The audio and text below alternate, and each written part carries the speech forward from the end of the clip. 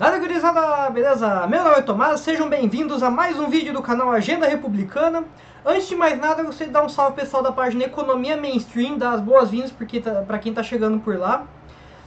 Eu já produzi um texto para essa página que eu vou deixar linkado na descrição desse vídeo. E quando eu fizer um vídeo mais teórico como esse, eu vou compartilhar lá na Economia Mainstream. Quem está chegando agora, se gostar desse vídeo, pode conferir os outros que eu já fiz. Alguns mais de atualidade, mais discussões, eu também tenho alguns teóricos como esse também. Outro recado que eu quero dar. Nos comentários do último vídeo eu acabei tendo uma ideia com a versão 6. E eu perguntei se os vídeos estavam acessíveis, vocês falaram que sim, mas eventualmente vocês não estavam entendendo algumas coisas que eu falo. Então o vídeo não está tão acessível assim, né? E o que eu pensei foi o seguinte, sempre que vocês tiverem qualquer dúvida, qualquer coisa que vocês não entenderem, algum termo que não ficou claro, perguntem nos comentários. Eu vou responder na medida do possível, mas a minha ideia é juntar vários desses para fazer um vídeo assim, como se fosse um dicionário de economia. Então, colaborem, comentem lá qualquer dúvida que vocês tiverem. Começando o vídeo propriamente dito, aqui eu quero retomar aquela minha série O Mercado Funciona e voltar a discutir estruturas de mercado. Esse vai ser um vídeo para fechar essa discussão sobre estruturas de mercado, depois eu vou falar de outros fenômenos que acontecem. Recapitulando, primeiro eu falei sobre mercados bem comportados, onde vale a concorrência perfeita. E depois as condições que levam à formação de monopólios e oligopólios, né? Os tipos de mercado onde a concorrência perfeita não vai acontecer, como isso afeta a concorrência e o bem-estar do consumidor. Agora eu vou entrar em um conjunto de bens que são menos comportados ainda e exige uma atenção ainda mais especial. Para essa discussão a gente vai ter que entrar em um conceito muito importante, que são as externalidades.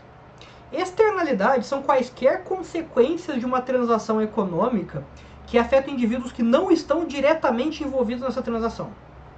Tem dois tipos de externalidades, as positivas e as negativas. Como diz o próprio nome, elas vão afetar positivamente ou negativamente as pessoas que estão fora da transação. Então vamos para os exemplos. De longe, a externalidade mais conhecida é poluição. Quando você abastece seu carro, você paga pelo combustível e pelo serviço do posto. No que você está interessado quando você faz pagamento? Na qualidade do combustível e na qualidade do atendimento. Por outro lado, quando você queima esse combustível, você emite poluição, que afeta não só você, mas milhares de pessoas em volta. E pior ainda, você só vai sofrer uma fração do impacto que essa poluição vai causar na sociedade, porque ele está difuso entre todas as pessoas. Isso significa que você não vai considerar todo o impacto da poluição no momento que você for comprar combustível. E como o restante da sociedade não participa dessa transação, você acaba tendo um incentivo para poluir. Por outro lado, o que seria uma externalidade positiva? Um exemplo disso é a conservação do espaço urbano. Se você pinta o muro da sua casa, você não deixa só a sua casa mais bonita, mas você deixa toda a vizinhança mais bonita. Nesse caso, o incentivo individual para você conservar bem essa casa ainda é muito forte, então eu vou tentar pegar um exemplo mais parecido com o da poluição, que é o desenvolvimento científico. Grosso modo, a gente pode dividir a pesquisa científica em dois ramos, a pesquisa de base e a pesquisa aplicada. Quando a pesquisa aplicada, evidentemente, tem uma aplicação clara em vista, a pesquisa básica avança o conhecimento sem um objetivo específico em mente. Significa que pesquisa básica é inútil? Óbvio que não. O problema é que esse benefício pode ocorrer daqui a 20, 30, 50 anos. Talvez nenhum dos envolvidos na pesquisa ainda esteja vivo, quando essa pesquisa realmente trouxer frutos mais tangíveis. Isso significa que enquanto a pesquisa aplicada se beneficia da estrutura de incentivo do mercado, porque ela tem uma probabilidade alta de dar retorno para esse investimento, a pesquisa de base tem uma probabilidade muito grande de nunca dar retorno, ou de dar retorno num horizonte muito distante.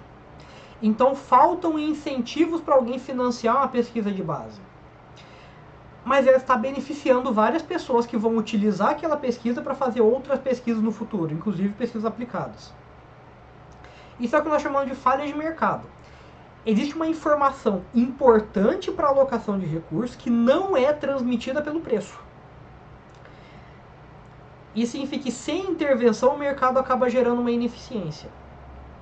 E aqui é importante apontar que falha de mercado não é o que alguns dos libertins gostam de dizer na internet, que são causadas pelo próprio Estado e que, na verdade, não existe falha de mercado, a falha é do Estado, Ou o que algumas pessoas vão pensar, né, que falha de mercado é qualquer coisa que as pessoas decidiram que é injusto. Nada disso. Falha de mercado é uma coisa que decorre das características intrínsecas do mercado e daquele bem que você está discutindo e tem que ser muito bem demonstrada antes de justificar algum tipo de intervenção. Agora a gente vai deixar o conceito de externalidade por um tempo e falar um pouco mais de falhas de mercado como um todo, para finalmente chegar no que está no título do vídeo, que são os bens públicos. Existem duas características dos bens que eu ainda não mencionei nesse canal e que são importantíssimas para esse debate: rivalidade e excludência. Rivalidade é a impossibilidade do consumo simultâneo de um bem. É o fato de que uma unidade daquele bem não pode ser consumida por mais de um indivíduo ao mesmo tempo. A grande maioria dos bens que nós conhecemos são rivais. Se você comer um pedaço de pão, uma outra pessoa não pode comer aquele mesmo pedaço de pão. Se eu te der uma peça de roupa, eu não vou poder usar a mesma peça de roupa ao mesmo tempo que você. Já a excludência é a possibilidade de cobrar exatamente a quantidade consumida e excluir os não pagantes do consumo. Então, voltando para esses exemplos. Para você conseguir pegar o pão, você vai ter que pesar e pagar. Para você conseguir levar a peça de roupa, você tem que pagar o valor unitário dela. Determinar o quanto a pessoa consumiu de cada um desses bens não é nenhum problema, é algo bastante trivial. Então, a maior parte dos bens que nós consumimos são ao mesmo tempo rivais e excludentes. Isso são chamados de bens normais. Comercializar esse tipo de bem é algo absolutamente trivial. É só você estabelecer um preço de acordo com a quantidade desse bem, medir a quantidade que o consumidor está levando e cobrar ele. Uma segunda categoria de bens são os bens excludentes e não rivais. Em algumas fontes eles são chamados de bens de clube. É um nome bem apropriado. Porque em um clube, claro, a partir de um certo ponto começa a ser um problema, mas normalmente não faz diferença ter uma pessoa a mais ou uma pessoa a menos. Se tem 9 pessoas na piscina, na hora que chegar a 10ª, não vai ter muito menos piscina para cada um deles. E também é fácil excluir os não pagantes, é só controlar a entrada. Cobrar a entrada, cobrar uma mensalidade, e pronto. Outros bens que se encaixam nisso são sessões de cinema, aulas, serviço de TV por satélite. Aqui vai uma curiosidade técnica para vocês. Transmissão por satélite, o satélite está emitindo sempre a mesma quantidade de sinal na Terra, não importa quantas pessoas estejam captando esse sinal. Então o satélite não é rival. É muito diferente, por exemplo, de transmissão a cabo, porque o cabo tem uma limitação de banda. Então se você fizer o gato, você está roubando banda dos outros. Essas duas categorias de bens são bem triviais de comercializar. Você não tem grandes problemas de simplesmente deixar isso para o mercado. O problema começa quando o bem é rival e não excludente. Isso é chamado bem comum. A coisa começa a ficar complicada aqui porque esses bens se esgotam conforme eles são consumidos, mas você não consegue cobrar os consumidores individualmente. A maior parte desses bens são recursos naturais. O exemplo mais famoso, provavelmente, é um lago com peixes e uma vila de pescadores em volta. Os peixes reproduzem uma dada taxa, e se os pescadores começarem a pescar mais do que essa taxa, eles vão começar a esgotar a população de peixes naquele lago. O problema é que eles estão retirando os peixes da natureza. Eles não estão comprando. A natureza não vai reagir a esse estímulo e começar a produzir mais peixe. Então, o incentivo que o pescador tem é pescar o máximo possível porque ele sabe que aquilo vai acabar um dia. Uma solução que ficou muito famosa com o nosso célebre, queridíssimo Rodrigo Constantino é privatizar o lago. Porque o proprietário desse lago teria interesse em garantir um fluxo de caixa para o futuro. Então ele não vai vender mais peixes do que a capacidade desse lago. Porque ele não quer que o negócio dele acabe. Uma solução muito mais comumente adotada é a concessão de licenças ambientais para pesca. Então você coloca algumas regras, né? Você fiscaliza os pescadores, vê a quantidade de peixes que eles levaram, proíbe pescar em uma determinada época, né, na época reprodutiva dos peixes. O que a maioria dos países fazem é isso. Um bem normal também pode se tornar um bem comum por decisão política. Se o governo de uma cidade institui passe livre no transporte público, ele deixa, ele abre mão de excluir os não pagantes do serviço, mas o número de vagas continua sendo o mesmo. Então o serviço continua sendo rival. E por fim, existem os bens não rivais e não excludentes. Esses são os chamados bens públicos. Esses bens são impossíveis de ser ofertado apenas para os pagantes, então você não consegue excluir as pessoas que não estão pagando. E eles estão disponíveis igualmente para todos quando eles são ofertados. Então também não existe rivalidade. O exemplo mais famoso é a iluminação pública. Digamos que você coloque uma caixinha, você precisa colocar uma moeda para ligar o poste. Mesmo assim, se tiver outra pessoa passando na rua no mesmo momento que você ligou o poste, a outra pessoa está sendo iluminada com o seu dinheiro. Você não tem como discriminar isso e fazer o outro pagar. Isso também acontece, por exemplo, com defesa nacional. Você não pode combinar com o exército invasor. Olha, você só ataca a casa daquele cara ali porque aquele cara não paga imposto. Mas o resto você não pode atacar não, a gente vai te barrar. Né? Ou então, segurança pública. No momento que tiver polícia na rua, a rua inteira está protegida por aquele policial. Então vocês percebem qual é o problema? É impossível fazer as pessoas pagarem pelo quanto elas consumiram. Isso é chamado de problema do free rider, o problema do caroneiro. São pessoas simplesmente parando de pagar e usufruindo daquilo que foi ofertado pelo restante da sociedade. Então vamos supor que você esteja em um lugar sem estado e queira colocar iluminação na rua. Então você tem uma comunidade que todo mundo concordou voluntariamente, você faz um rateio e coloca a luz na rua.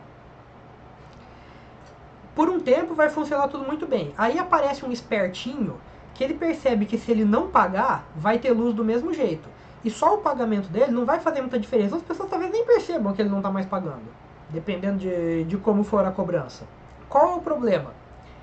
O incentivo aqui, ou em termos mais formais até a estratégia dominante, é você não pagar. Porque se você estiver pagando, você corre o risco de estar pagando pelos outros lá, pelo folgado que não está pagando. Se você não pagar, na pior das hipóteses você fica sem luz, mas na melhor delas você está pegando luz de graça. Então com o tempo as pessoas vão deixar de pagar e vai acabar a iluminação pública. Então se percebam que isso também é um problema de externalidade. Se aparece alguém sozinho que decide colocar a luz pública, ele está aumentando o bem-estar de todas aquelas outras pessoas que não pagaram. Isso é inclusive um argumento econômico pela existência do Estado. Né? Que o fato de existir o Estado e cobrar por esse serviço está elevando o bem-estar das pessoas de uma forma que elas não fariam só por trocas voluntárias. E do meu melhor conhecimento, excetuando comunidades muito pequenas, porque eu esqueci o nome desse termo agora, mas existe uma limitação cognitiva na mente humana, porque nós somos adaptados a viver em tribos de mais ou menos 150 indivíduos, então é difícil formar laços em comunidades muito maiores que isso. Né? Então, excetuando essas comunidades muito pequenas, do meu melhor conhecimento, não existem instituições que não sejam o Estado ou coisas muito próximas do Estado que sejam capazes de gerar essa coordenação. Você tem contextos privados onde você consegue coordenar isso, mas você cria uma instituição muito parecida com o Estado, que é o condomínio. O condomínio, na prática, é um Estado privado. As prerrogativas de Estado que ele não tem é porque ele recorre ao Estado estatal, vamos dizer assim. E esse problema, assim como os problemas de monopólio e oligopólio que eu mencionei no outro vídeo, podem ser modelados com teoria dos jogos. Eu expliquei bem por cima, mas eu basicamente traduzi o problema de teoria dos jogos. Se vocês quiserem mais pra frente, eu acho que alguém já deve ter feito algum vídeo melhor do que eu poderia fazer sobre isso. Mas se vocês quiserem, podem deixar aqui nos comentários que mais pra frente eu faço um só sobre teoria dos jogos. O que vocês acham? Então, como lidar com externalidade com bens públicos? Isso está relacionado a outra discussão que eu levantei lá no vídeo sobre monopólio, né? Os monopólios naturais entram numa situação muito parecida. Uma forma de lidar com isso é tecnologia. Ela pode tornar mensuráveis, logo excludentes, coisas que não eram antes. Por exemplo, hoje você consegue medir a quantidade de poluição que cada empresa gerou para cobrar uma taxa direta sobre essa poluição. Imagina se eu conseguir medir a quantidade de iluminação pública que cada um usou e, sei lá, cobrar menos imposto de quem sai pouco de casa à noite. O problema é que tem limitações técnicas e até éticas em alguns desses problemas. Então vamos nos ater a coisas um pouco menos mirabolantes no momento. Assim como no caso dos monopólios naturais, estatização e concessões públicas fiscalizadas por agências reguladoras são formas de administrar os bens públicos. Você coloca o serviço diretamente sob responsabilidade estatal ou recompensa a oferta de bens com recursos públicos e penaliza eventuais abusos de poder de mercado, respectivamente. A definição disso envolve várias questões complexas e que, sendo bem sincero, eu não estou equipado para responder no momento. Talvez eu volte para esse tema no futuro. Né? E no caso de externalidades não quantificáveis, você trata de forma mais qualitativa. Quando elas forem identificadas, você cobra uma multa ou oferece algum tipo de isenção fiscal, no caso de uma externalidade positiva. Por esse motivo, eu sou bastante a favor, por exemplo, de isenções fiscais para empresas privadas que oferecem educação gratuita. Ou, por exemplo, da Lei Rouanet, pelo menos em princípio. Eu não conheço tão bem, do pouco que eu conheço da Lei Rouanet, existem alguns problemas de desenho, mas de forma geral eu sou a favor. Eu acredito, inclusive, nesse momento eu estou alinhado com o Pirula, que já falou isso em alguns vídeos, que esse tipo de incentivo deveria ser estendido, por exemplo, à ciência e tecnologia, porque é uma forma de fazer agentes privados fornecerem bens públicos. Bom, o que eu tinha para falar hoje era isso.